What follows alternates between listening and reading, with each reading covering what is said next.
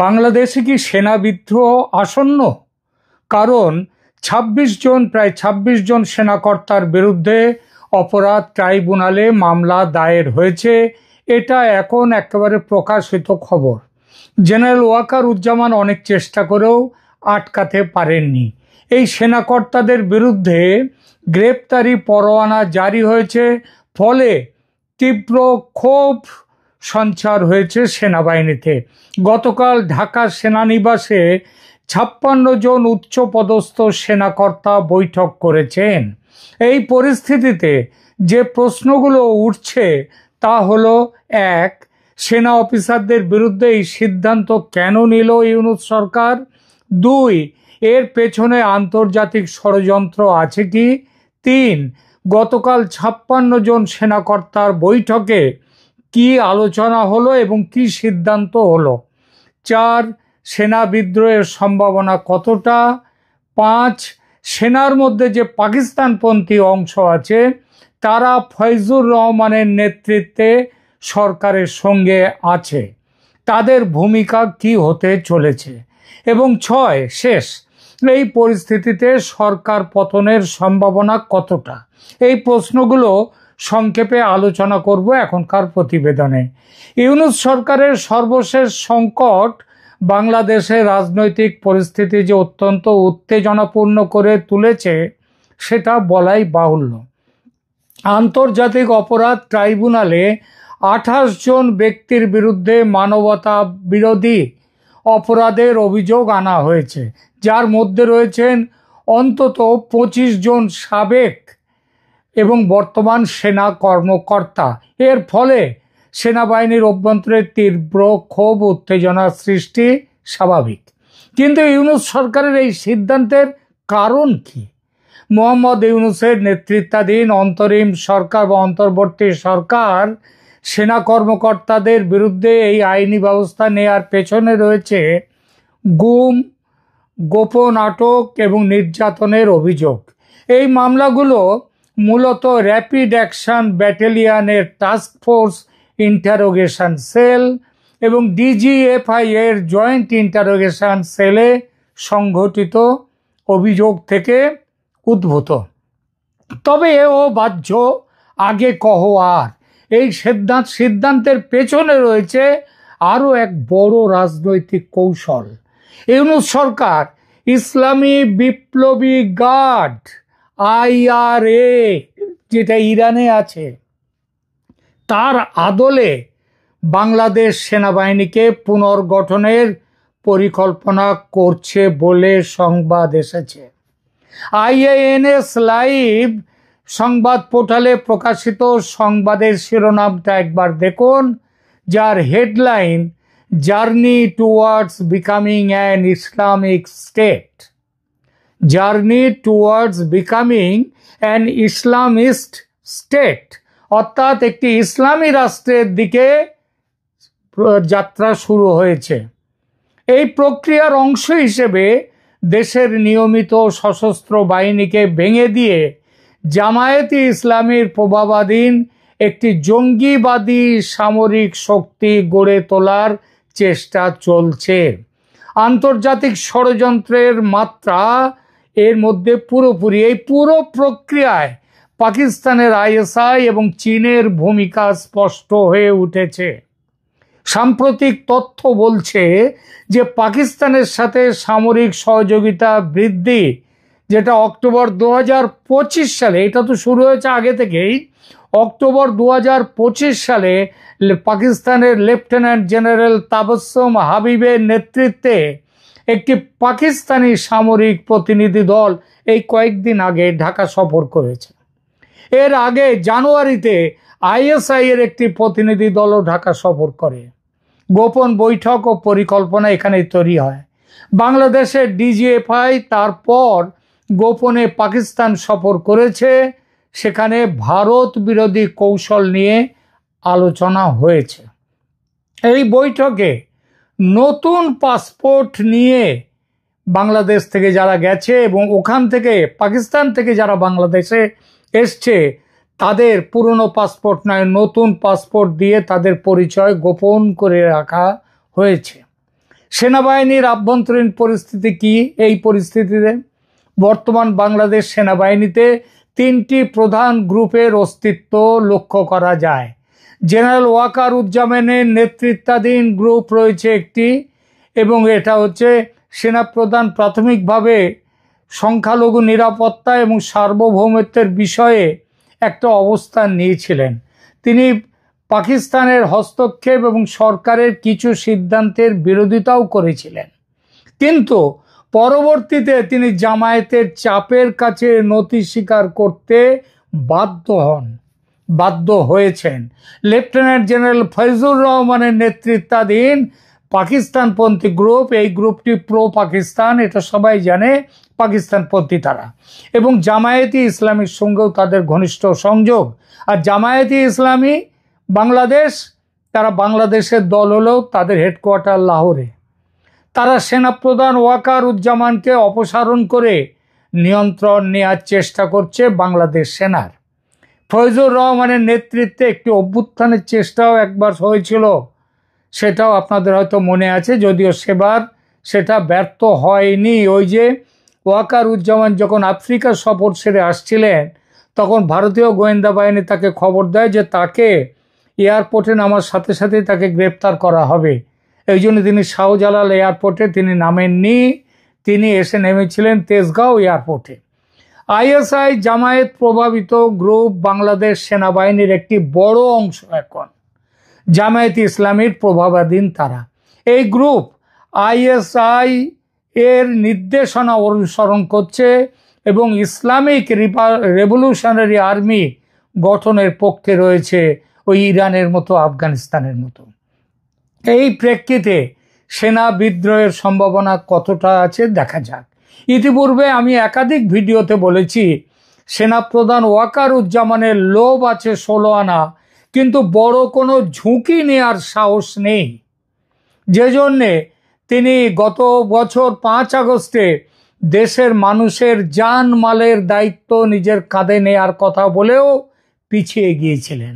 সুতরাং বর্তমান পরিস্থিতিতে সরাসরি তার নেতৃত্বে সেনা বিদ্রোহের সম্ভাবনা খুবই কম। তবে তার জায়গায় অন্য কেউ যে অভ্যুত্থান ঘটাবেন না তা নয়। যেখানে এসে দাঁড়িয়েছে বাংলাদেশ পরিস্থিতি, তাতে যে কোনো মুহূর্তে যা কিছু ঘটতেই পারে। পরিস্থিতি অত্যন্ত জটিল, সে বিষয়ে সন্দেহ নেই।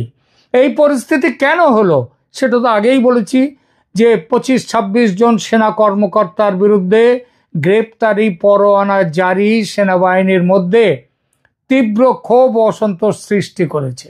জেনারেল ওয়াকারুজ্জামান সরকারের সিদ্ধান্ত রুখতে চেষ্টা করেও ব্যর্থ হয়েছেন। এই ব্যর্থতার কারণ সেনাবাহিনীর মধ্যে ঐক্যের অভাব। কারণ সরকার জানে যে সেনাবাহিনীর মধ্যে যদি ওয়াকারুজ্জামান কোনো কঠোর কোনো এই অবস্থান নেন, তার বিরুদ্ধে সেনাবাহিনীর ভেতর থেকেই তার প্রতিবাদ আসবে।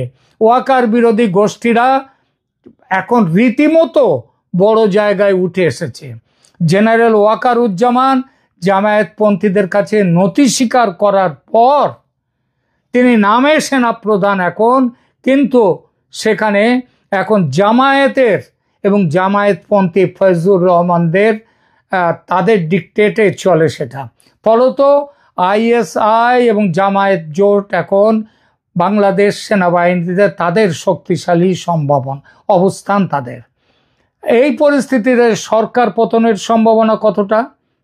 দেখুন, ইউনূস সরকারের স্থিতিশীলতা নিয়ে গুরুতর প্রশ্ন রয়েছে। মে 2025 সালেই সরকার পতনের গুজব জল্পনা একটা ছড়িয়েছিল এবং ইউনূসকে পদত্যাগের কথা ভাবতে হয়েছিল।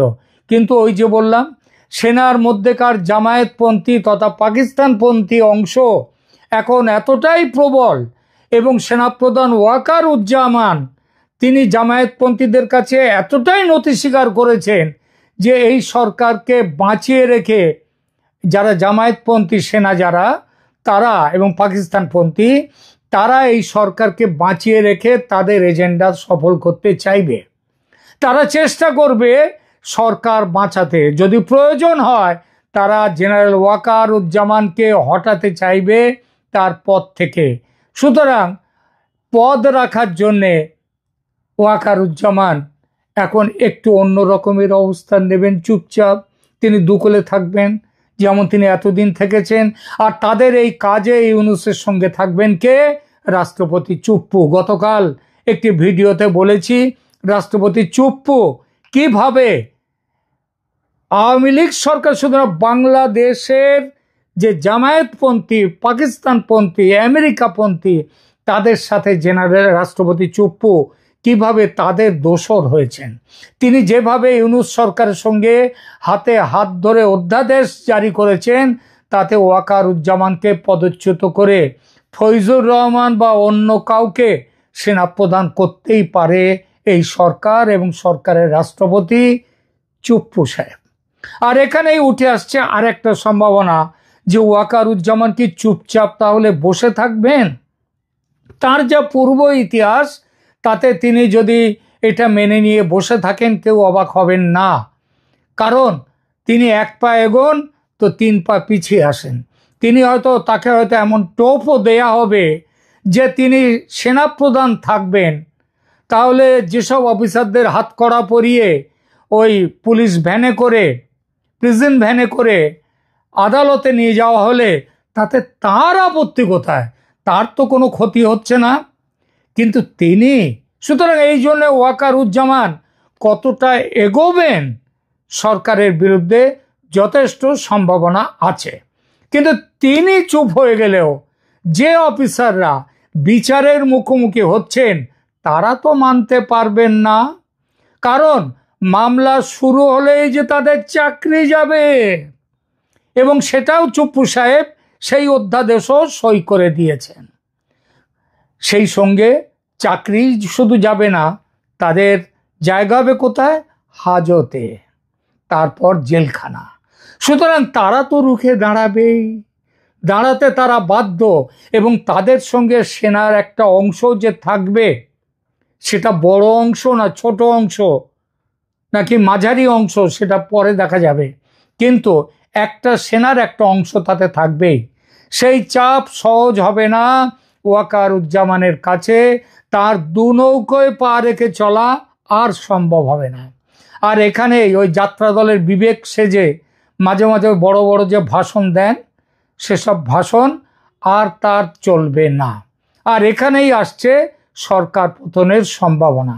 গতকাল 56 জন সেনাকর্তার বৈঠকের কোনো খবর বাইরে প্রকাশ হয়নি, আইএসপি আর কিছু বলেনি, এটাই স্বাভাবিক, কারণ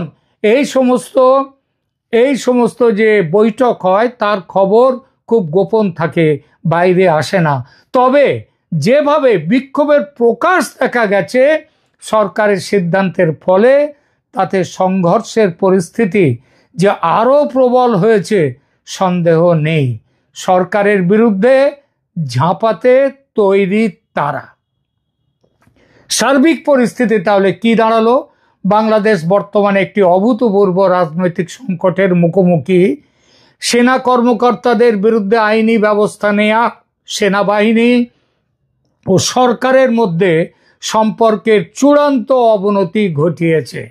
যদিও তাৎক্ষণিক সেনা বিদ্রোহের সম্ভাবনা আছেই, এমন কথা হয়তো বলা উচিত নয়, তবে দীর্ঘমেয়াদে সেনাবাহিনীর আমূল পরিবর্তন এবং ইসলামিক র্যাডিক্যাল গ্রুপের নিয়ন্ত্রণ প্রতিষ্ঠার ঝুঁকি এটা কিন্তু গুরুতর। পাকিস্তানের আইএসআই এবং জামায়াতে ইসলামীর সুপরিকল্পিত কৌশলের অংশ হিসেবে বাংলাদেশের রাষ্ট্রীয় প্রতিষ্ঠানগুলোকে ধীরে ধীরে নিয়ন্ত্রণে নেওয়া হচ্ছে।